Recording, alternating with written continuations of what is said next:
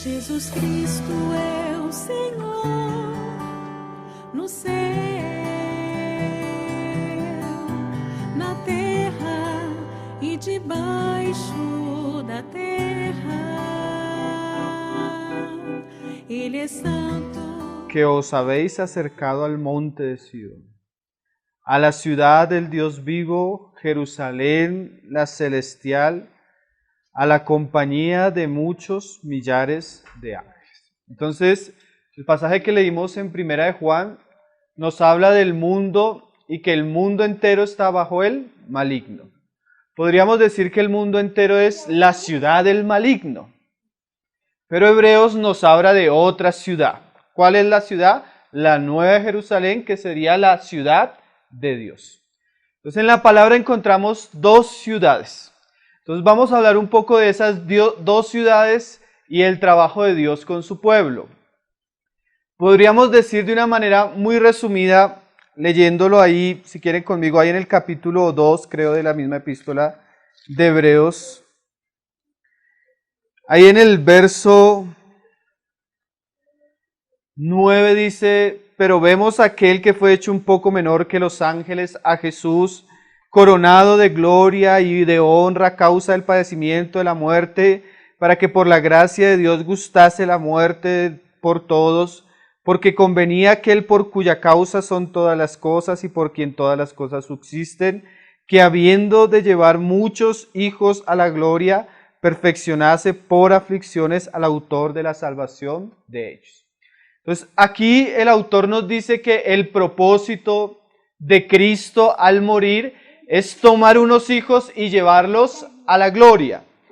Si lo pudiéramos ver de una manera simbólica, es tomar a aquellos hombres que están en la ciudad del mundo, en la ciudad del maligno, rescatarlos de esa situación y por medio de la obra de Cristo llevarlos a la otra ciudad, a la ciudad de Dios. Entonces, de alguna manera, la vida cristiana es eso, cómo Dios rescata por medio del sacrificio de Cristo a los que están perdidos y los traslada a la ciudad de Dios. Miremos que este es un lenguaje que se usa en las Escrituras, por lo menos Efesios capítulo 2, Pablo también habla de esa manera, hablando de quiénes éramos, dónde estábamos y ahora lo que somos y hacia dónde nos lleva Cristo. Efesios capítulo 2 se nos habla un poco más de la ciudad del maligno, del mundo, de lo que gobierna el mundo, de lo que hay en el mundo, de lo que acontece en el mundo, cosas en las cuales nosotros estábamos, pero ahora Cristo nos ha rescatado de allí. Y la figura del Antiguo Testamento de Israel saliendo de Egipto rumbo a la tierra prometida es una figura que es muy semejante a la jornada espiritual que nosotros estamos viviendo y que Cristo tiene como intención llevarnos a la tierra prometida o a la nueva Jerusalén o a la ciudad de Dios.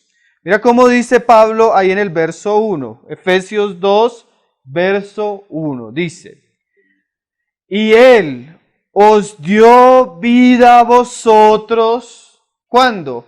Cuando estabais muertos en vuestros delitos y pecados, en los cuales anduviste en otro tiempo. O sea, Pablo ya ve que no estaban allá, pero describe dónde estábamos y de dónde nos sacó Dios por medio del Evangelio y la obra de Cristo. Ahí lo dice. Dice, en los cuales anduviste en otro tiempo, siguiendo la corriente de este mundo. Ahí está la ciudad. Conforme al príncipe de la potestad del aire, ahí está el rey de ese mundo. Dice, el espíritu que ahora opera entre los hijos de desobediencia. Entonces, Cristo nos sacó, nos redimió de un mundo, de una ciudad, de un gobernador que operaba en el aire y que usaba nuestros miembros y nos esclavizaba por medio del pecado. Una ciudad que así como Sodoma y Gomorra está condenada al fuego y a la ira de Dios. Si usted ha visto la película o ha leído el libro El progreso del peregrino, ese es el asunto. Él está en la ciudad de la destrucción y está siendo llevado por medio de un peregrinaje a la ciudad de Dios, a la Nueva Jerusalén. Y Pablo nos muestra dónde estábamos. Y dice, entre los cuales también nosotros vivimos en otro tiempo, porque se entiende que los que ahora están en Cristo, los redimidos, como dice Hebreos, ya no estamos en esto, sino ahora nos hemos acercado al monte de Sión, a la Nueva Jerusalén. Dice, en otro tiempo en los deseos, vivimos en otro tiempo en los deseos de nuestra carne, haciendo la voluntad de la carne y de los pensamientos, y éramos por naturaleza hijos de la ira, lo mismo que los demás. Entonces, esa es la condición del hombre caído. El hombre caído no es libre, él está esclavo de un patrón, que es el maligno. Y ese patrón esclaviza a los hombres por medio de los deseos de su carne, por medio de la manera en que ellos piensan, y sin darse en ellos cuenta están en rebelión y en ira y en una situación de ira debajo del juicio de Dios. Entonces vamos a ver cómo Dios nos saca del mundo, porque ya no somos, si estamos en Cristo, ya no somos del mundo, pero ahora nos quiere llevar hacia la verdadera tierra prometida, hacia el verdadero reposo que es la ciudad de Dios. Que estas dos palabras son figuras de cómo Dios nos saca del reino de las tinieblas y nos traslada al reino de su Hijo amado. Entonces ese es el tema que vamos a compartir, si el Señor lo permite, en esta tarde.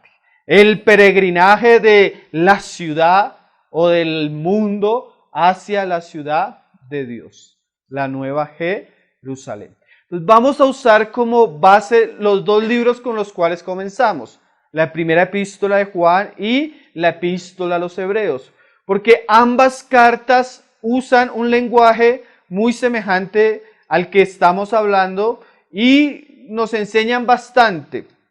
Entonces, vamos a comenzar con Hebreos. Hebreos 12, 11. Ahí vamos a ver el ejemplo de un hombre que también tuvo un peregrinaje, un hombre que también caminó con Dios y Dios lo sacó de una ciudad y lo llevó también a una tierra prometida, Canaán. Vamos a hablar de Abraham, que de alguna manera las pisadas de Abraham, la vida de Abraham, es de enseñanza para nosotros que hemos alcanzado los últimos tiempos. Vamos a leer el pasaje del capítulo 11, donde se nos habla de Abraham. Dice, verso 8, 11, verso 8. Dice, por la fe Abraham, siendo llamado, obedeció para salir al mundo, para salir al lugar que había de recibir como herencia y salió sin saber a dónde iba. Y muchas veces nosotros llegamos al Evangelio, llegamos a Cristo y somos salvos, pero no sabemos hacia dónde vamos. Porque la vida cristiana no solo consiste en ser libres o ser justificados del juicio de Dios y no solo consiste en ser salvos. Porque a veces eso pensamos, no solo consiste en ser sanados, no solo consiste en ser bendecidos en esta tierra. Es una visión muy baja del llamamiento glorioso que Dios tiene para sus hijos. Y aunque muchas veces salimos con ignorancia, no debemos ser ignorantes en cuanto al llamamiento que tenemos. Y Dios se encarga en el camino de enseñarnos y de mostrarnos cuál es su voluntad. Porque algo que uno ve en la epístola a los Hebreos es que el perder la meta hacía que muchos cristianos, como los hebreos a los que le escribe el autor, perdieran su llamamiento y perdieran su fe y perdieran su ánimo y se desmayaran en el camino. ¿Por qué? Porque si nosotros no tenemos una meta clara hacia dónde caminar, pues ¿cómo vamos a caminar? Para usted poder dirigirse a un lugar, tiene que saber a dónde va a llegar. Así es la vida cristiana. Para que usted pueda vivir una vida cristiana normal y verdadera, debe saber para qué lo llamó Cristo. La mayoría de cristianos piensan que Cristo los llamó para prosperarlos en esta tierra. Y nada más contrario a la visión de las Escrituras. La mayoría de cristianos piensan que solo llegan a Cristo para recibir ciertas bendiciones y no entienden, muchas veces porque como Abraham no saben, que Cristo los redimió para llevarlos a la gloria. Y si yo tengo una meta clara, yo voy a caminar, yo voy a correr, yo voy a esforzarme, yo voy a sufrir porque sé que hay un objetivo al cual Dios me ha llamado y que esa es mi meta y hasta que no lo cumpla no voy a desistir. Entonces es importante que nosotros sepamos la meta para que nuestra jornada esté claramente dirigida. Y a veces salimos por fe, pero no sabemos a dónde vamos. Pero con el tiempo en que Moisés, Abraham, no sabía hacia dónde iba, vamos a ver unas frases que dice el autor de Hebreos de él, que son bien interesantes. Mira lo que dice ahí más adelante. Dice, sin saber a dónde iba, por la fe, habitó como extranjero en la tierra prometida, como en tierra ajena, morando en tiendas, con Isaac y Jacob, coheredero de la misma promesa. Y mira la actitud de Abraham. Abraham, aunque no sabía muy bien, sabía que lo que estaba pisando no era su tierra, sino que él iba de paso. Y es importante saber que aunque Cristo nos redimió del mundo, aún estamos bajo el mundo. De alguna manera estamos en el mundo. Pero Cristo dice, no somos del mundo. ¿Por qué? Porque aunque estamos en el mundo, el creyente por la fe se considera peregrino en este mundo. Y ahí comienza usted a entender un poco la vida cristiana. La vida cristiana no consiste en lo que vivimos en este mundo, porque si solo consistiera en lo que vivimos en este mundo, dice Pablo, que seríamos los más dignos de conmiseración. Si no hay una vida futura, si no hay un reino, si no hay una resurrección de los muertos, comamos y bebamos. Pero Pablo dice, no, hay una esperanza mayor. Y como estos hombres tenían una esperanza mayor, lo que vivían aquí en la tierra ellos lo consideraban pasajero. Y debemos comenzar a mudar nuestra manera de pensar, porque muchos queremos echar raíces y construir ciudades y casas en algo que es pasajero. ¿Usted sabía? Los cielos y la tierra pasarán. Miren, hermanos, sin darnos cuenta les enseñamos a nuestros hijos y edificamos nuestra casa pensando que vamos a estar aquí para siempre. Pensando que la verdadera felicidad o el éxito se alcanza estudiando una carrera, ganando dinero, construyendo una casa, teniendo un buen auto y teniendo una familia feliz. Cuando todo eso es pasajero. El verdadero cristianismo es un cristianismo que no echa raíces, sino que va de paso. ¿Hacia dónde? Hacia la tierra prometida. A una ciudad que está por delante. La ciudad de Dios. Y ahí comienza Dios a salvarnos de este mundo. Y ahí te vamos a hablar varios aspectos de los cuales Cristo necesita salvarnos. Mira lo que sigue diciendo la escritura de Abraham. Dice, habitó como extranjero. ¿Por qué? Porque esperaba la ciudad que tiene aquí fundamentos, cuyo arquitecto y constructor es Dios. Entonces, ¿qué hizo que Abraham no echara raíz en este mundo? Que él tenía delante la ciudad de Dios. Entonces, ¿por qué estamos diciendo esto? Porque en la medida que el creyente se dé cuenta del llamamiento que Dios tiene para él va a comenzar a suspirar por otras cosas. Uno de los grandes problemas que tiene el hombre, aún en Cristo, es que no suspira por la gloria de Dios, sino muchas veces suspira por tener un mejor carro. Es que no ama lo eterno, sino sufre por lo temporal. Es que no vive y no trabaja por las cosas que no se ven, sino que vive y trabaja por lo que se ve. Y cuando lo que se ve no se conforma a sus expectativas naturales, se siente miserable porque tal vez no come la mejor comida, no se viste de la mejor manera, ni tiene las cosas que para los hombres son grandes en esta tierra. Pero porque a veces nosotros amamos y suspiramos tanto eso, porque no se nos han abierto los ojos a lo que es más allá.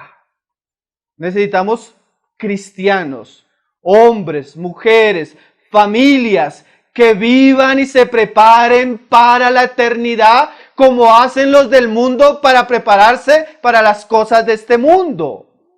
Un hombre puede durar 20 años estudiando universidad, posgrado, para ejercer algo en este mundo.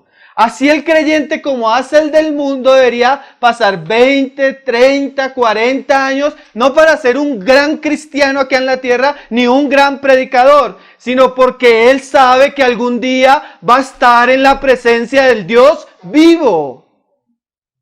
Aquel que es santo, santo, santo. Entonces, como yo sé que algún día voy a estar cara a cara delante de Él, debo prepararme en medio de mi peregrinaje para estar algún día en su presencia. Para poder llegar a la ciudad. Usted mira que en el progreso del peregrino es interesante que muchas escenas, Él está lejos, Él está en pruebas, pero Él alcanza a levantar la mirada y por allá ve la ciudad. Y entonces como Él por allá ve la ciudad, como que eso lo ayuda para que Él pueda seguir y avanzar en su camino. Y nosotros podemos estar en muchas pruebas, pero si tenemos la ciudad ya puesta delante y nosotros, nuestros ojos en ella, nuestro caminar en esta tierra va a ser diferente. No me voy a sentir miserable porque pude comprarme un reloj que valía tanto o no, o un celular que valía tanto o no, porque yo sé que eso es pasajero. Cuando yo hablo con mi esposa, cuando yo edifico mi casa, no los estoy preparando solo para afrontar este mundo, sino los estoy preparando para afrontar el mundo venidero. Porque hay una ciudad que es de Dios. Esto que nosotros vemos, acuérdese de Juan, todo esto está bajo el mal. Y como Sodoma y Gomorra, todo esto estará bajo el juicio de Dios. ¿Dónde quiere invertir su dinero? ¿Dónde quiere invertir su corazón? Entonces mira lo que dice la palabra de Abraham. Dice, ahí en el 12, por lo cual también, en el 13, dice, conforme a la fe murieron todos estos, sin haber recibido lo prometido, sino mirándolo de lejos y creyéndolo. Y mira esas frases, y saludándolo, y confesando que eran extranjeros y peregrinos sobre la tierra. ¿Sí? Porque siempre que iba el peregrino en el camino, ¿y tú para dónde vas? No, yo voy para la ciudad de Dios. Entonces yo quisiera preguntarle en este momento de su vida, en sus planes y en su corazón, ¿usted hacia dónde va? ¿Cuál es su esperanza? ¿Cuáles son sus anhelos? ¿Cuáles son sus deseos? Cada mañana que se levanta a trabajar, ¿por qué lo hace? Lo hace, como dice Mateo, le decía el Señor a sus discípulos, no os preocupéis por qué habéis de comer o qué habéis de beber, no que eso buscan los hombres. Ustedes tienen un padre y su padre sabe que tienen necesidad. Buscad primeramente el reino de Dios y su justicia. Y lo demás será añadido, porque son añadiduras. Lo triste es que, como vamos a leer más adelante, muchos van a perder el reino por las añadiduras, por sus preocupaciones. ¿Saben qué es lo más tremendo de los afanes de esta vida? Que por más que usted se afane, dice el Señor, no puede añadirle a su estatura un codo. El afán, la ansiedad, la preocupación que usted tiene por las cosas de este mundo, lo único que hacen es destruir y apagar su vida espiritual. Entre más se preocupe, más se afane, más se angustie, más lejos usted va a sentir que está de la presencia de Dios. No se preocupe, usted tiene un Padre Celestial que sabe qué cosas usted necesita. Si Dios le dio maná durante 40 años a Israel en el desierto, si no dejó que sus vestiduras se envejecieran, si no dejó que su calzado se dañara, no es capaz de proveer lo que usted necesita. Pero acuérdese, esos son añadiduras, usted tiene una meta, un llamamiento, un reino preparado para los que le aman. Y usted debe mirarlo y saludarlo y caminar por la fe en pos de eso. Eso es el ejemplo de Abraham. Abraham caminó de la ciudad del mundo a la ciudad de Dios por la fe. Y lo saludaba y se alegraba. Yo me imagino a Abraham. ¿Para dónde Abraham va? No sé, pero sé que voy para allá. ¿Cómo? No sé, pero para allá voy. Y a veces estamos viviendo una cantidad de jornadas y este mundo, pero sabemos que tenemos una meta por delante. Un supremo llamamiento, dice el autor. Sigue diciendo, porque los que esto dicen claramente dan a entender que buscan una patria. O sea que los que hablan como extranjeros y peregrinos se muestran claramente que ya no son de acá y que están buscando una patria. Y dice, pero mira esta frase, pues si hubiesen estado pensando en aquella de donde salieron, ciertamente tenían tiempo de volver. Esto es un lenguaje precioso pero muy fuerte a la vez. Si usted quiere cosas del mundo, los placeres del mundo, las riquezas del mundo, lo que tienen los del mundo, pues tiempo tiene para que se vaya para el mundo. Si está buscando eso, si usted ama eso, vaya al mundo. Pero si usted es de Cristo y ama lo de Cristo, busque lo de Cristo. ¿Sí me hago entender? Porque a veces duramos 2, 5 años insistiéndole al creyente que por favor no haga lo que hacen los del mundo. Pero deberíamos decirle, si quiere hacerlo del mundo, vaya a hacerlo del mundo. Porque si usted está acá y está pensando en lo de allá, tiempo tiene para volver. Es tan glorioso lo que nos espera. Escúcheme esto. Es tan glorioso lo que nos espera que ni usted ni yo somos dignos de eso. Ni le añadimos ni le quitamos gloria al reino de Cristo. Es una gracia que Dios nos concede de amor el participar en ella. Cristo no va a estar en la puerta llorando ¿por qué no llegó? ¿Por qué no llegó? Pero Esaú sí va a estar llorando y anhelando aquello que menospreció por un plato de lentejas. Y aunque llore y lo anhele, ya lo habrá perdido. Si usted es Abraham y usted va hacia allá, siga, hermano, lo alentamos a que siga, a que se esfuerce, a que tenga fe, a que tenga paciencia. Lo que en este tiempo se padece no se compara con la gloria venidera que en nosotros ha de ser manifestada. Pero también, si usted quiere ir al mundo, vaya. ¿Quiere destruir su vida? Vaya. ¿Quiere destruir el llamamiento de Dios para usted, para su esposa, para sus hijos? ¿Quiere cavar la tierra y enterrar los dones que Dios le ha dado? Vaya. Vaya. Cristo dijo, ¿acaso quieren iros vosotros también?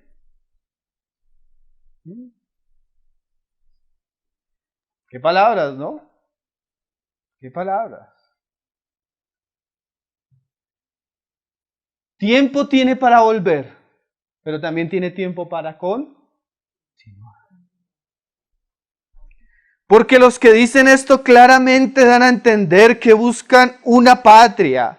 Pues si hubiesen estado pensando en aquella de donde salieron, ciertamente tenían tiempo de volver, pero anhelaban una mejor. Esto es celestial. O sea, ¿por qué no amaron esto? Porque es que yo a veces me pongo a pensar, ¿cómo nosotros amamos esto? Es que, ¿usted ha visto qué es todo esto? ¿Usted ha visto lo que es el mundo, la vanidad que hay en el mundo? Todo, aún las riquezas, la prosperidad, la fortuna en el mundo, dice Salomón, eso es aflicción de espíritu.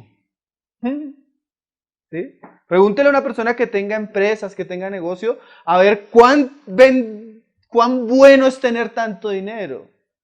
Tiene que salir preocupado que no lo van a robar, con guardaespaldas. Yo conocí una persona que tenía tanto dinero que siempre tenía que salir armado. Porque la preocupación de todo el dinero que cargaba no lo dejaba ni estar tranquilo. Hermano, a veces nosotros anhelamos lo que es este mundo. Cuando este mundo es como una papa que se está pudriendo y cada vez se está pudriendo más. Y nosotros anhelamos estar ahí. Una vez yo hablaba con una hermana y no tengo ningún problema porque un joven cristiano vaya a la universidad o no vaya. Según el llamamiento de Dios, a Dios les concede a algunos y a otros no. Pero la hermana sufría porque su hijo no había podido ir a la universidad. Y yo me ponía a pensar lo que se encuentra un joven en la universidad. Lo que se encuentra un joven en la universidad. Y a veces nosotros sufrimos por estar ahí. Aún el que va ahí estando en Cristo sabe que no es un buen lugar para estar en Cristo. A veces amamos tantas cosas que de verdad, hermano, no tienen sentido. Dice, pero anhelan una mejor, esto que es celestial, por lo cual Dios no se avergüenza de llamarse Dios de ellos, porque les ha preparado una ciudad. Así como ese día van a ser cerradas las puertas para muchos de la ciudad, así también ese día Dios va a estar ahí en la puerta y Dios va a decir, yo soy el Dios de Abraham, yo soy el Dios de Jacob, yo soy el Dios de Isaac, porque no se avergüenza de ellos. ¿Por qué? Porque ellos amaron lo que Dios había preparado para ellos.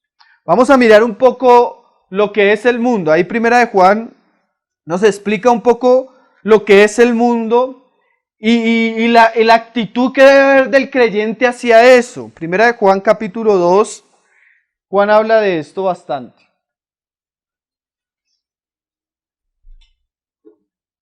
Mira cómo dice Juan. Capítulo 2, podemos leerlo desde el verso 14. Dice, os he escrito a vosotros padres. Ahí viene hablándole a los hijitos, a los jóvenes y a los padres. Dice, porque habéis conocido al que es desde el principio. Os escribo a vosotros jóvenes, porque sois fuertes. Y la palabra de Dios permanece en vosotros. Y habéis vencido al maligno. Ese pasaje para mí ha sido muy difícil de interpretar. ¿A qué se referirá Juan cuando dice que hemos vencido al maligno? Juan más adelante dice que el mundo está bajo el maligno. Es que como en el caso de Caín, Caín sale de la presencia de Dios, se rebela contra Dios y edifica una ciudad. Un hermano decía usando esa figura, el mundo es la ciudad de Satanás, con los principios, con los valores, con los pensamientos, con los planes de Satanás, ¿sí? Eso es el mundo. Entonces cuando dice Juan que nosotros hemos vencido a Satanás porque la palabra de Dios abunda en nosotros, es que de alguna manera el joven creyente es consciente de la realidad, de la astucia y de la trampa que ha maquinado Satanás para matar a los hombres, y el hombre por la palabra, al renovar su entendimiento, es capaz de vencer al maligno porque no cae en la estratagema del maligno. Entonces mira lo que estamos diciendo. si yo soy consciente, ¿qué es lo que controla Satanás? ¿Qué es lo que hace Satanás? ¿Qué es lo que maquina Satanás? Y por medio de la palabra yo renuevo mi mente, soy capaz de vencer eso que a él está haciendo. Entonces, Juan va a ligar estas palabras a lo que viene a decirnos. ¿Cómo yo venzo a Satanás? ¿Cómo un joven vence a Satanás? ¿Cómo puede enfrentar la guerra? Y no es esa guerra espiritual que se habla hoy en el cristianismo, porque hoy el cristianismo es guerra espiritual. Entonces, ate y desate, reprenda y aprenda. Eso, espíritu de no sé qué, espíritu de no sé qué, pero usted esa guerra espiritual no la encuentra en la Biblia. ¿Cuál es la guerra espiritual? Los hombres que son de Dios siendo y saliendo de la ciudad de Satanás y yendo en pos de la tierra prometida. Pero mire la guerra, ¿dónde se encuentra? A veces la guerra es más de estrategia que de ayuno y de oración, aunque a veces debemos orar y ayunar. Mira lo que dice el verso siguiente. Ahí se nos comienza a mostrar cómo vencemos al maligno, cómo podemos sobrerestar los embates o las estrategias de Satanás. Ahí en el verso siguiente, y habéis vencido al maligno. Y en el verso siguiente dice, no améis al mundo. Y esa palabra es importante porque nosotros vamos a decir cosas no porque salgamos del mundo, porque Cristo dijo, no oro para que los saques del mundo, sino para que los guardes del mal. Entonces las cosas que vamos a hablar no es que a veces no puedan ser parte de nuestra vida, porque ¿qué pecado tiene tener una casa? ¿Qué pecado tiene tener bienes? El problema está en ¿dónde? En amar las cosas que son del mundo. Yo puedo tener algo sin amarlo. Yo puedo tener algo y usarlo, mas eso no ser mi Dios, ni vivir para eso. ¿Sí? Que es bien diferente. Vea lo que dice el verso siguiente. Entonces dice, no améis al mundo ni las cosas que están en el mundo. Acuérdense que el mundo es la ciudad del maligno. Pero ¿qué cosas están en el mundo? Dice, si alguno ama al mundo, el amor del Padre no está en él. Porque todo lo que hay en el mundo, ¿qué hay en el mundo? Los deseos de la carne. O sea que las primeras cosas que nosotros vemos que abundan en el mundo son la carne. Pablo describe la carne en Gálatas muy claramente. ¿Qué es la carne? Las envidias, la contienda, la lujuria, la fornicación, la inmundicia, todo eso es el mundo.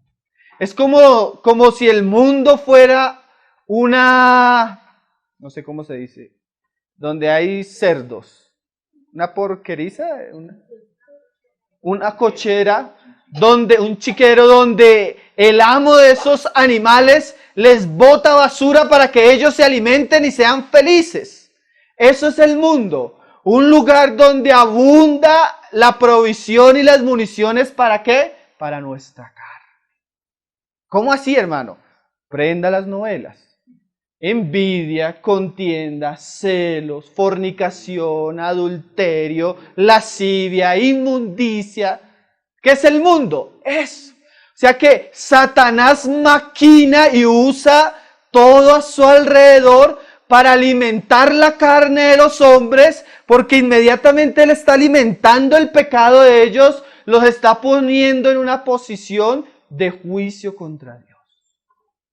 Y espiritualmente, ¿qué es lo que usted más encuentra en el mundo? Pecado. Pecado. Y miren, hermano, nosotros podemos pecar, ¿o no? Si alguno dice que no hubiera pecado, es mentiroso. Pero una cosa es pecar, avergonzarse y llorar por ese pecado. A otra cosa es amar el pecado y revolcarse.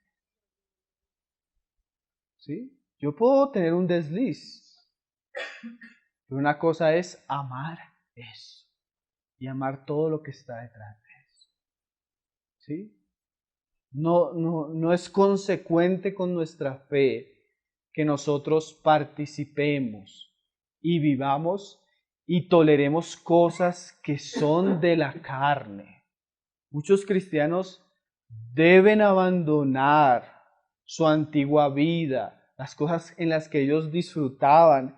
Es que el verdadero avivamiento no es ir un domingo a saltar en una reunión. El verdadero avivamiento es apagar la novela que tiene cosas de la carne, es botar las películas, no es escuchar esa música que estimula la carne, no es permitir que mi carne se satisfaga ante las tentaciones que se encuentra diariamente. El verdadero peregrino latiga los deseos de su carne y se abstiene de todo eso porque él sabe que eso daña su jornada espiritual. Un adulterio, una relación fornicaria para un joven, unos pensamientos impuros, pornografía, daña mi caminata hacia el lugar celestial. ¿Sí? Pero así como lo hace la fornicación, lo hacen las contiendas, lo hace la envidia, lo hacen los problemas con mi hermano, con mi esposa, con mi papá, con mi mamá, con mi hija. Todo lo que es carne y deseo de la carne daña mi jornada espiritual. Y yo no puedo amar eso y no puedo caracterizarme porque ando en contienda, porque ando en amargura, porque tengo problema con este, porque tengo problema con este, porque no puedo perdonar a este o a este. ¿Por qué? Porque eso caracteriza a los hijos de la ira. Pero ¿qué debería caracterizar a los hijos de Dios? Amor, santidad, paciencia, fe, bondad, perdón, misericordia. Créame, hermano, que ahorita vamos a decir, para algunos el plato de lentejas puede ser tener un gran carro, un gran puesto en una empresa, pero a veces hasta los cristianos se acostumbran al plato de lentejas que es contienda, ira, enojo, amargura, disensión. Y aunque ellos saben que eso los destruye, pueden durar 2 años, 1 año, teniendo algo contra un hermano. Señor nos ayude, porque eso es el mundo. Y no debemos amar lo que hay en él. Lo primero que hay en el mundo son los deseos de la carne. ¿Qué es lo segundo que Juan nos habla del mundo? O sea que cuando usted está dándole lugar a su carne, usted está andando como un buen mundano. Mundano. Usted no va en camino a la ciudad de Dios, sino está echando raíz en la ciudad del maligno. Señor nos ayude. Porque ahorita vamos a leer. Mirad que entre vosotros no crezca una raíz de amargura. Porque eso puede contaminarte a ti y a muchos.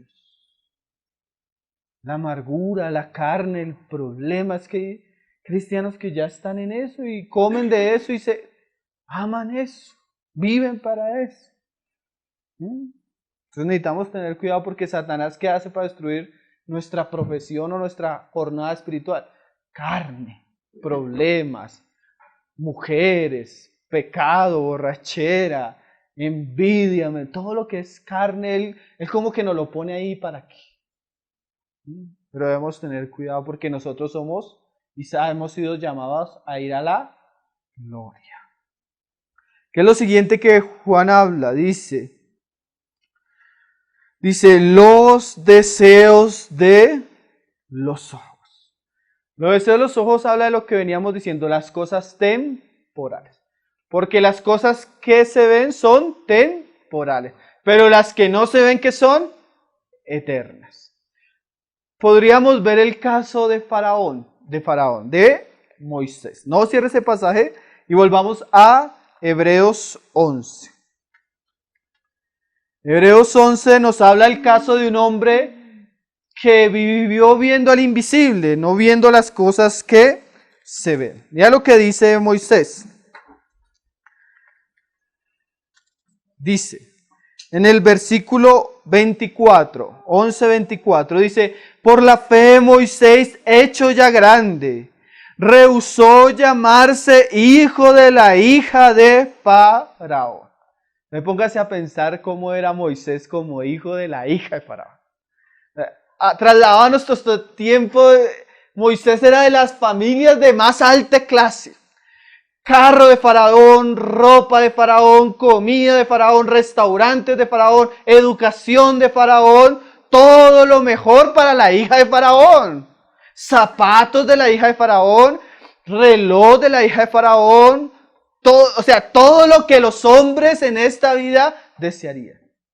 Hoy los hijos de Dios, con ese falso evangelio de la prosperidad, dicen: Señor, que el reloj de Faraón sea para nosotros, que el carro de Faraón sea para nosotros, que la casa de Faraón sea para nosotros. Y lo atamos y lo decretamos en el nombre de Jesús. Era la contradicción. Entonces, los del mundo ya no son los de afuera. Muchas veces los del mundo son los de adentro. Hay más carnalidad y mundanidad muchas veces en los púlpitos cristianos que en la gente del mundo. Eso es una contradicción, ¿no? Queremos ser como los hijos de Faraón. Pero Moisés, que tenía algo mucho mejor, porque es que no estamos menospreciando esto por menospreciarlo, es que es la gloria de Dios lo que nos espera. Sí, es que la comparación es del cielo hasta la tierra. Miren lo que dice la palabra de Moisés. Por la fe Moisés, hecho ya grande, rehusó llamarse hijo de la hija de Faraón. ¿Y qué escogió? Escogiendo antes ser maltratado con el pueblo de Dios. O sea, mira lo que hizo Moisés. Él pudo haber vivido como hijo de la hija de Faraón. Pero él le dio la espalda a eso. ¿Por qué? Por amor a la ciudad que está por delante y por amor al pueblo de Dios. ¿Qué dice la palabra? Que era Israel. Si sufrimos aquí con él, reinaremos aquí. No hay problema en que usted tenga dinero, en que usted tenga posición, en que usted tenga cosas. El problema es amarlas. Pero, ¿para qué usted tiene eso? Porque si usted pudiera tener para usar eso, para la gloria de Dios y para el servicio del pueblo de Dios, sería una bendición. Pero mire, yo conozco hermanos que tienen mucho dinero. Su casa, su finca, sus camionetas, es para la iglesia. Ellos lo ponen al servicio de los hermanos. O sea, el problema no está en tener. El problema es que muchos que tienen, aman y ese es su Dios y viven para eso. Y no se lo comparten a nadie. O sea, ellos son estrechos en su corazón. Qué bendición tener una casa como esta donde se pueda usar para la reunión del pueblo de Dios. ¿No le parece? Miren, hermanos, ahorita les vamos a repartir una literatura. Mucha de esa literatura la imprimimos con dinero que hermanos voluntariamente lo dan para que se pueda repartir gratuitamente. Ellos aman al pueblo de Dios, ellos aman la obra de Dios. El problema está cuando nosotros vivimos para eso. Ese es el problema. Cuando nosotros giramos en torno a eso. Pero si nosotros aún lo que tenemos lo usamos por amor al Señor, dice Pablo y dice el mismo Señor, estamos haciendo tesoros en los cielos. Porque los tesoros de acá, la polilla y el orín, o sea que si usted tiene dinero, si usted tiene, siembre. No le estoy diciendo que venga y vamos a hacer una ofrenda hoy, no. Estoy diciendo siembres, úselo para salvación y prosperidad de la iglesia y del reino del Señor. Invierta en lo verdadero, invierta en lo eterno. Pero a veces a usted le llega algo más y usted está pensando en comprarse la chaqueta. Miren, nosotros tuvimos un testimonio, una vez nos llamó una persona, hermanos, que queremos hacer una ofrenda para la página. Y dije, no lo conocía, no hermano, no, que sí, que por favor. Entonces me senté, eran una pareja de ancianos. Vivían de su pensión. Me dijo, hermano, yo no tengo dinero, esto es lo que yo vivo de mi pensión. Pero este mes en mi pensión el Señor permitió que me llegara el doble de pensión. Cuando me llegó el doble de la pensión fui al banco y el señor del banco me dijo, no podemos hacer nada. Entonces yo dije, Señor, si tú me has dado el doble de la pensión, Debe ser que tú quieres usar este dinero para algo tuyo. Y mientras estaba orando, hermano, el Señor me dijo, es para la página. Entonces Él nos llamó para hacer la página. El hermano me da el dinero y yo llego a la casa, Señor, ¿para qué quieres este dinero? Abro el correo y me llega un correo de un hermano que administra el sitio web. Hermano, se me había olvidado decirte que mañana tenemos que pagar tanto anual de la página y es tanto. Y yo abro el sobre y cuento la plata. Era la plata exacta que el hermano me había dado. Pero a veces a ti te llega algo más. ¿Y en qué piensa? Vacaciones. Estrenar. Viviendo para ti mismo. A veces no pensamos que nuestra vida, nuestros negocios, nuestra casa puede ser parte de lo que se puede usar para el reino de Dios. O sea, no está malo entender. Además, cuando yo amo eso. Así, a veces usted es como Smigol. Y usted comienza a ver el anillo y comienza a decir, mi precioso. Y no quiere que nadie se lo coja. ¿Sí? Ese es su precioso. Y a veces su precioso es su carro, a veces su precioso es su casa, a veces su precioso es una camisa, un reloj, un celular. La gente hoy da la vida por un celular, hermano. Porque ese es su precioso. No saben qué es ofrendar, no saben qué es sacrificarse, no saben qué dar por los pobres, no saben qué es participar de algo del reino de Dios. Y cuando dan, están esperando recibir 10 veces. Porque dan por codicia.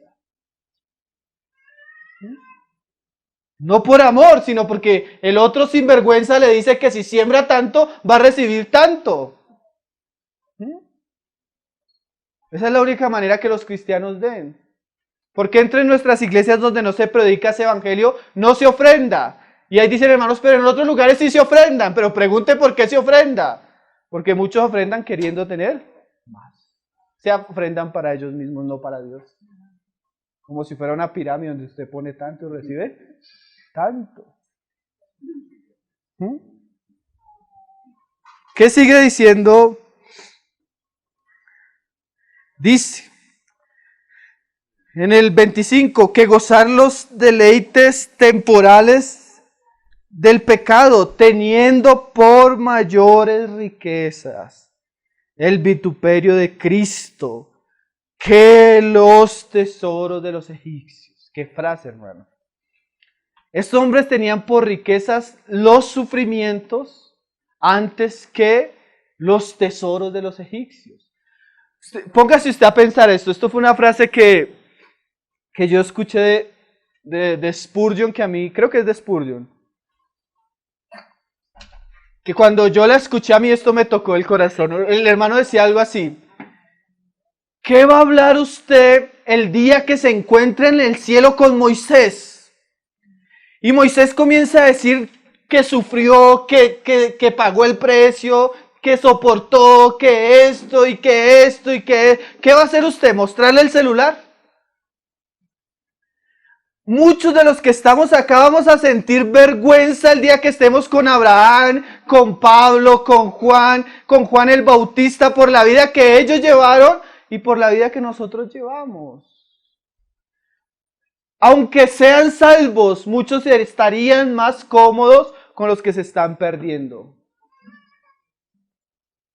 ¿Qué va a sentir un hermano que no puede perdonar al otro el día que esté en el cielo con otro que para salvar la vida de muchos se sacrificó y se fue de misionero a sufrir y a pasar necesidades para los otros? Muchos vamos a sentir vergüenza del cristianismo que vivimos cuando estemos en la gloria. Porque los tesoros de los egipcios se quedan acá. Eso no lo vamos a poder llevar al cielo. Eso se va a quedar acá. Pena nos va a dar allá. Dice, por la fe dejó a Egipto, no temiendo la ira del rey, porque se sostuvo. ¿Cómo? Como viendo al invisible. El tercer asunto, el primero los deseos de la carne, el segundo los deseos de los ojos y el tercero es... Ahí lo dice.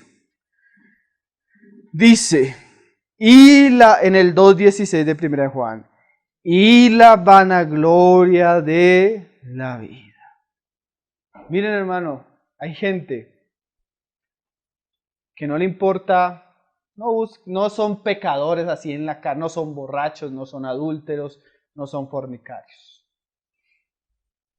Pero hoy, ¿cómo les gusta que les llamen por el título? ¿Cómo les gusta la gloria? ¿Cómo les gusta tener un nombre? ¿Cómo les gusta ser reconocidos? Orgullo. Satanás a uno le bota carne, le bota cosas de este mundo, pero a Satanás también le gusta exaltar el orgullo de los hombres. Esa es la ciudad de Satanás, la vanagloria de la vida.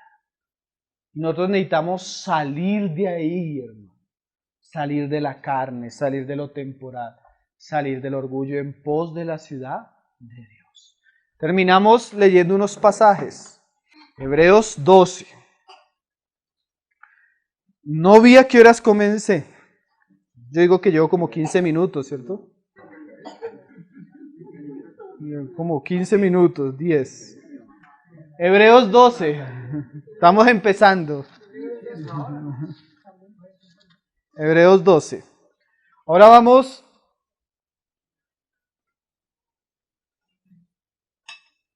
a ver un poco las advertencias que se encuentran en el capítulo 12 para aquellos que salieron, pero en el camino se están quedando.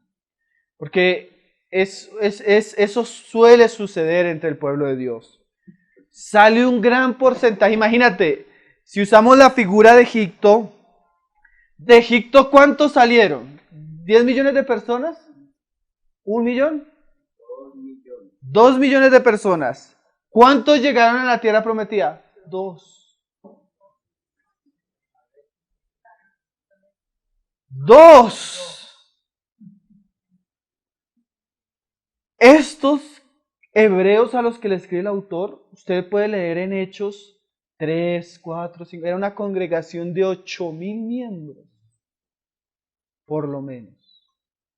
Cuando se escribe esta epístola, ¿cuántos quedaban? Lo que uno lee es que muchos comenzaron y se quedaron. Porque nosotros como cristianos nos gusta, cuéntenos, hermano, su testimonio, cómo se convirtió. Ya está. Pero no es cómo comienza. También es importante cómo comienza, porque algunos ni han comenzado. Pero después de que usted comienza, lo importante es cómo termina. ¿Cómo termina? Porque muchos comenzaron, dice Pablo, en el espíritu y terminaron en la carne. Muchos comenzaron siendo... Y yo, con el tiempo pasando unos pocos años, yo me acuerdo de muchos cristianos que eran fervientes, santos, se reunían, perseveraban, trabajaban, y hoy no están. Entonces las advertencias de la epístola a los Hebreos son sumamente serias e importantes. ¿Por qué? Porque muchos comenzamos, pero con el camino muchos quedan en el desierto, postrados. ¿Por qué? Por los deseos de la carne a veces. A veces no es solo pecado, a veces se dedican a construir cosas temporales. O también a veces surge el orgullo, y cuando surge el orgullo, Dios nos echa fuera. Tenemos que tener cuidado no solo del pecado de mi carne, no solo el pecado contra mi hermano, mis problemas con él, sino tener cuidado porque tal vez el trabajo que estoy anhelando me va a quitar el tiempo para orar. Y me va a quitar el tiempo para reunirme. O no solo eso, tal vez sentirme un buen predicador comienza a subirme el orgullo y también eso me deja en el camino. Son peligros que están en el camino. Entonces las advertencias que vamos a leer son muy importantes. Hebreos 12 dice, por tanto nosotros también, así como ellos corrieron y dejaron un testimonio, nosotros también estamos corriendo. Y hay un testimonio que estamos dando, no solo a las personas que nos están viendo, sino hay un mundo invisible que tiene los ojos puestos en nosotros. Imagínate. Dice, yo escuchaba el testimonio de un futbolista que lo que a él más le impactaba de ser futbolista era que cuando él saltaba a la cancha, el poder ver la gran cantidad de espectadores haciéndole barra, eso él decía que eso era más emocionante que cualquier otra cosa. Y si usted se diera cuenta la cantidad de ojos que están sobre usted, si usted viera la cantidad de espectadores que están viendo las decisiones y las cosas que usted está haciendo día a día, usted no viviría igual, hermano. Porque a veces yo veo, estoy en el mundo y cuando llego a la reunión como los hermanos me están mirando, yo ahí camino más, me vuelvo más santo. La santidad comienza de allá a acá. Cuando salgo se me olvida. Pero si yo fuera consciente que hay un mundo tras bambalinas, poniendo su mirada en lo que yo hago, en lo que yo pienso, yo viviría diferente, ¿no?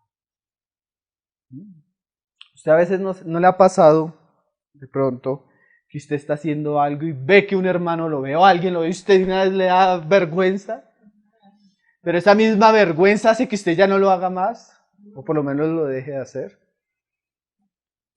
Si nosotros fuéramos conscientes de la realidad espiritual, tendríamos un sentimiento más de vergüenza con lo que hacemos. Y de pronto eso nos haría caminar diferente. Y dejaríamos de ser tan sinvergüenzas como vivimos, como hablamos, como gastamos el tiempo.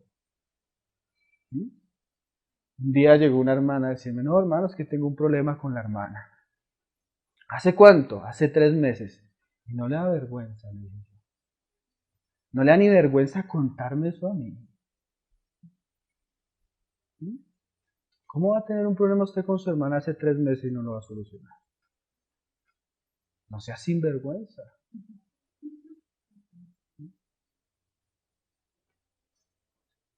Si yo siento vergüenza cuando otro me mira, ¿cómo será el día que esté ante aquel cuyos ojos son como llamas de fuego? Que todo lo ve y todo lo escudriña. Ese día, yo he escuchado testimonios de hermanos que de alguna manera han estado en la presencia de Dios. Ellos dicen, una mirada que penetra hasta lo más profundo. Que no le pueden ver cara a cara. Pues, hermanos, hay una gran nube de testigos. Y hay muchos haciéndonos barra. No desmaye, no desfallezca. Siga adelante, tenga fe. Pero también hay otros testigos que nos quieren derribar. ¿Cómo está usted? ¿Está en la cancha jugando o está lesionado? ¿Está corriendo o ya botó la toalla? ¿Ya fracasó? ¿Cómo está usted? ¿Dónde está su vida en este momento? Como le apareció el Señor a Adán. Adán, ¿dónde estás? Y a veces nosotros le decimos, hermano, ¿dónde estás? ¿Dónde estás? Hay una gran nube de testigos alrededor nuestro. Por causa de eso, ¿qué deberíamos hacer? Despojémonos de todo peso y del pecado. ¿Qué es eso? El mundo, ¿no? El mundo que provee carne, pesos, angustias, afanes. Deje eso atrás. Ponga la mirada en Jesús y corra. Y corramos con paciencia la carrera que tenemos por delante. ¿Cómo? Ponga los ojos en Jesús. Porque la ciudad, la nueva Jerusalén es gloriosa porque en medio de ella hay uno que alumbra, el Cordero. Así como lo que hace del mundo tan repulsivo y abominable es su Señor, que es el maligno, así lo que hace glorioso y anhelante lo que tenemos por delante es nuestro Señor. el Rey de Reyes, el cual por el gozo puesto delante de él sufrió la cruz, menospreciando el oprobio y se sentó a la diestra del trono de Dios. Considerad aquel que sufrió tal contradicción de pecadores contra sí mismo. O sea, yo mirar a Jesús, nadie amó tanto esta humanidad y nadie fue tan odiado, tan perseguido, tan incomprendido, tan menospreciado como Él. Y aún así Él se mantuvo fiel hasta la muerte. Y a veces que nosotros no sufrimos lo que sufrió Él, ni lo que han sufrido muchos, estamos quejándonos, estamos amargándonos, porque me dijo, porque me miró, porque no tengo en el bolsillo lo que... Oh, hermano. Mire a Jesús, después de la cruz que vino, la gloria. No he resistido hasta la sangre combatiendo contra el pecado. Volvamos, ahí habla de la disciplina, pero avancemos un poquito. Ahí en el 12 dice, por lo cual, o sea, si usted va en la jornada y usted está caído, mira lo que le dice las Escrituras, levantad las manos caídas. Hermano, es que estoy caído, sí, levante las manos caídas. Está caído, todos hemos caído. Pero ¿sabe qué se dice de estos hombres? Que ellos sacaron fuerza de debilidad. La debilidad, la caída es una oportunidad para conocer la gracia y el poder de Dios. No tiene fe, vaya a Cristo, Él tiene fe. No tiene amor, vaya a Cristo, Él tiene amor. No tiene paciencia, Cristo da paciencia. ¿Qué nos falta que Cristo no pueda suplir? Si tiene las manos abajo, levántelas en la gracia de Dios. Párese.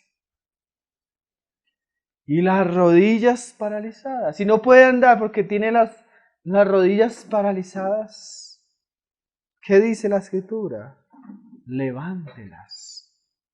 Y haced sendas derechas para vuestros pies. Y esto es bien importante, hermano. Si usted va rumbo a la Nueva Jerusalén, necesita corregir sus caminos. Necesita enderezar sus pasos. Necesita cambiar de manera de vivir y enderezar el paso. ¿Saben cómo se llama eso en el lenguaje del Nuevo Testamento?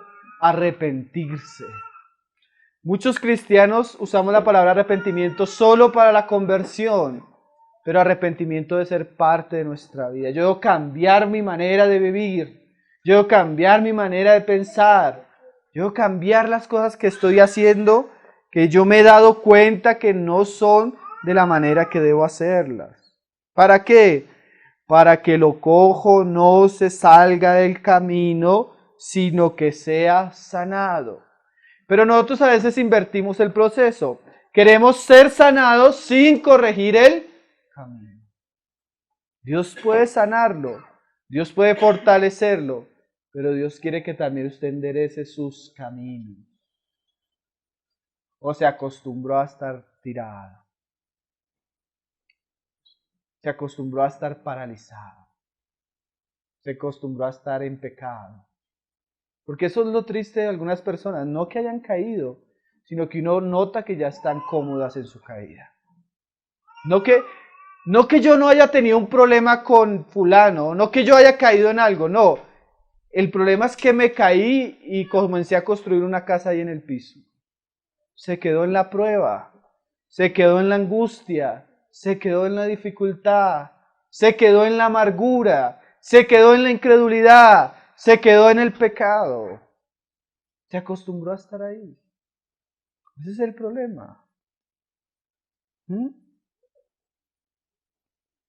Pero definitivamente, si usted quiere estar ahí, puede estar ahí. Tiempo tiene para estar ahí. Dice, ¿qué verso estamos? 13. Para que lo cojo no se salga del camino, sino que sea sanado. Seguid la paz con todos. Una meta que usted debe tener en su vida cristiana: no tener nada contra nadie. Tener paz. No se preocupe si no tiene dinero. No se preocupe si no tiene cosas en esta vida. No se preocupe si va a haber una tercera guerra mundial. Preocúpese si usted tiene en su corazón algo contra su hermano. Preocúpese por eso. Preocúpese por eso. También, ¿por qué debe preocuparse? Santidad. Preocúpese si no está siendo santo como el Señor es santo. ¿Por qué? Sin la cual nadie verá al Señor. Mirad bien, porque es que a veces nosotros no miramos bien. No sea que alguno deje de alcanzar la gracia de Dios, que brotando alguna raíz de amargura os estorbe y por ella muchos sean contaminados. Tenga cuidado de la amargura. Tenga cuidado de la amargura. Hay dos males terribles en la vida cristiana que son imposibles de reconciliarlos con Dios. La incredulidad, y esa está ligada a la amargura. Y también, como decíamos, los problemas también están ligados a la amargura. Acuérdese, hermano, es que usted no sabe lo que estoy sufriendo. Considere aquel que dio la vida por usted en una cruz. Él sí sabe que está sufriendo y sufrió mucho más porque usted no ha combatido hasta la sangre. ¿No? A usted no lo han atravesado con una lanza, a usted no lo han escupido, no lo han golpeado, no lo han menospreciado como se lo hicieron a Cristo. Dice, no sea que alguno deje de alcanzar la gracia de Dios, que brotando alguna raíz de amargura os estorbe y por ella muchos sean contaminados. Muchas veces nuestros problemas en la iglesia y la falta de que la presencia de Dios esté en nuestras oraciones, en nuestra alabanza, en la predicación, la falta de la respuesta de Dios es porque muchos de los miembros están amargados. Y eso daña el ambiente espiritual de cualquier lugar. Otro problema, no sea que haya algún fornicario o profano. ¿Como quién? Como Esaú, que por una sola comida vendió su primogenitura. Y eso es bien interesante. Hay personas que con un solo pecado han acabado con todo lo que han construido en su vida. Imagínense, el gran predicador, un solo adulto, una sola mujer, una sola noche, una sola relación, una sola situación que puede hacer, acabar con todo un ministerio, iglesias completas por un plato de hombres que acabaron con su hogar, destruyeron a su esposa, entregaron a sus hijos a una vida desgraciada por una sola noche. Niñas embarazadas por un momento de placer a una vida de sufrimientos y dolores para ellas y a veces sus hijos. Un plato de lentejas. Y a veces la gente quiere, como les decía, quiere corregir el asunto en el camino y ya lo único que le espera es plato de dolores y sopa de lágrimas por un pecado. Tengan cuidado del pecado, hermano, porque hay pecados que son costosísimos. Costosísimos. Ni se redimen con plata, como dice por ahí. Señor, tenga misericordia de nosotros. Muchos cuando escuchamos estas palabras pasamos saliva, porque sabemos qué es eso.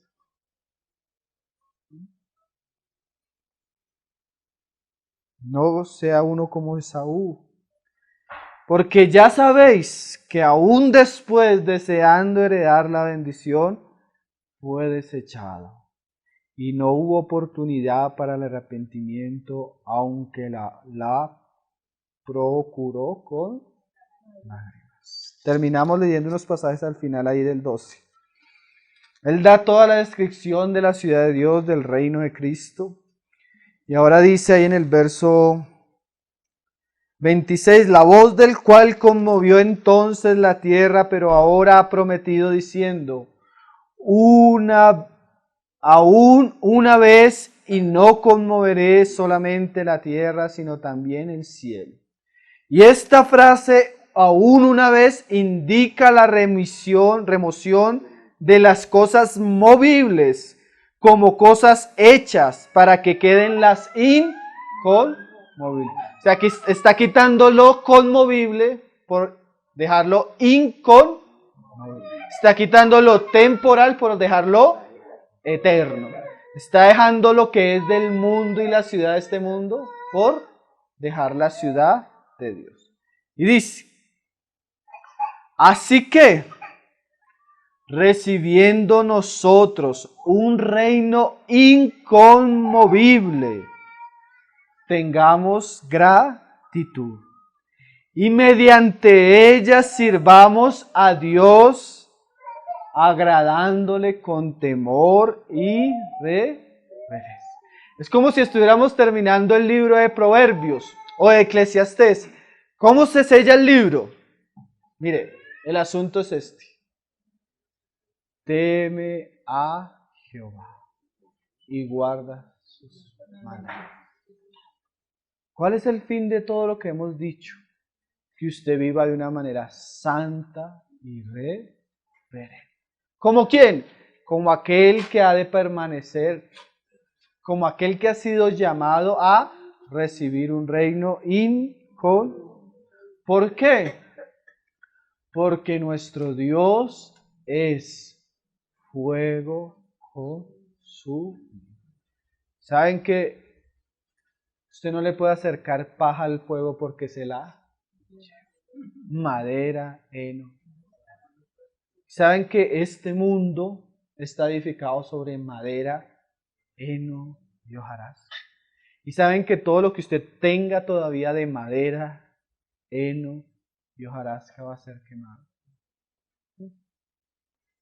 Con temor sirvamos y sigamos al Señor agradándole en todo y sirviéndole con gratitud, también con reverencia y temor. Entonces no olvidemos, hermanos, estamos de peregrinos. ¿De dónde? De la ciudad de la destrucción hacia la ciudad celestial, la ciudad de Dios. Si usted no ha leído el libro El progreso de peregrinos, se lo recomiendo. O aún la película, que es muy edificante. Vamos a orar para dar gracias al Señor por su palabra y por este tiempo.